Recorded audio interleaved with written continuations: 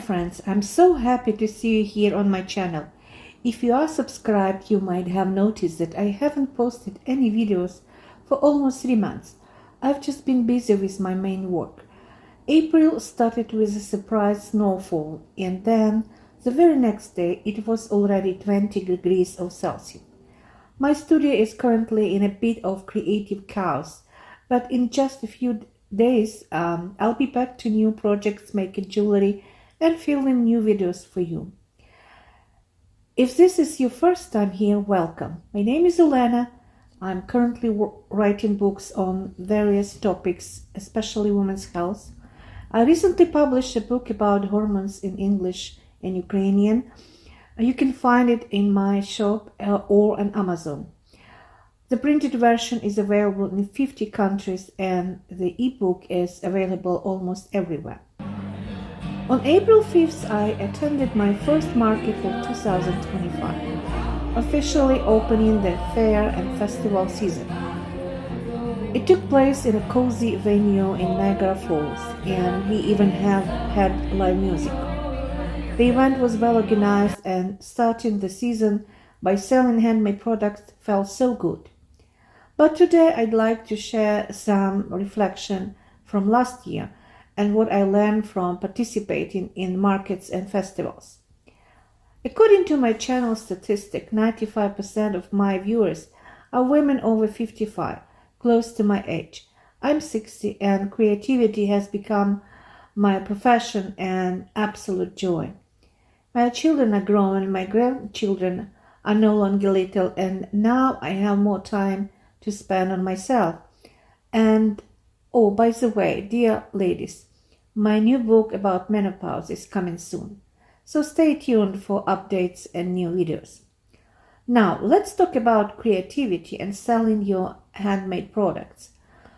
Are you making crafts just for yourself, family, or friends?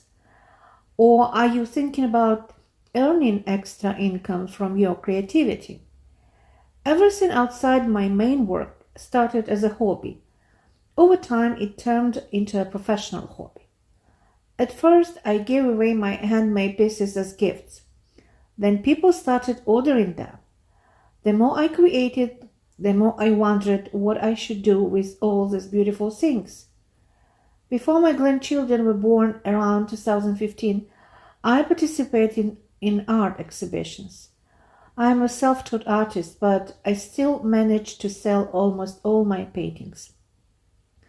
The pandemic changed my life significantly and helped me cherish and nurture my creativity even more. Since the end of 2023, I participated in markets, festivals, and fairs.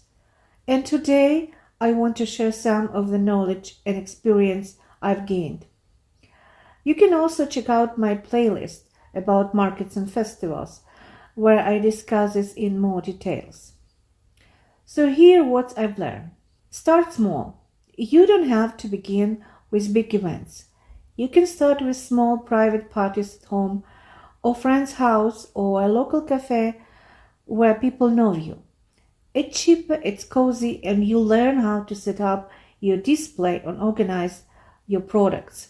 Trust me, home events have their unique charm and can be fun. Apply yearly. Application for markets usually open at the beginning of the year and stay active for the first 3 months. If you miss out the popular ones, it's okay. Visit a few markets first, observe and learn. And it's a good idea to set aside some money for application fees. Paid versus free events. If visitors have to pay $5 to $10 to get in, they are more likely to buy something. It's psychology. If they spend money to enter, they are more likely to purchase. Free events can be great too, especially if they are big public gathering in parks or city squares. Vendors' fees. Most events aren't free for vendors. The booth fee depends on many factors. You have to balance the cost of participating with how much you can realistically sell. If you're starting, don't spend more than $150 for a one-day event. And if it's a multi-day festival, don't forget to calculate transportation or hotel costs. Equipment.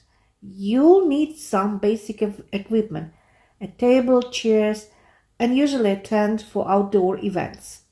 I started by borrowing a table from my friend.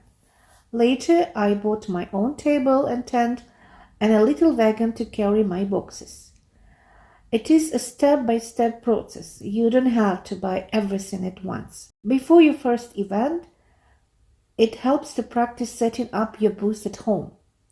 Lay out your table, products, decorations, and signs exactly as you would at the event.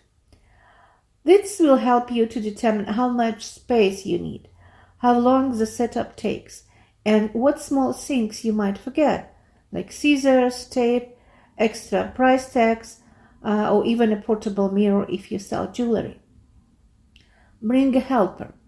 Having someone with you is always a plus. I worked alone most of the time, but when I could, I had a friend or family member help me out.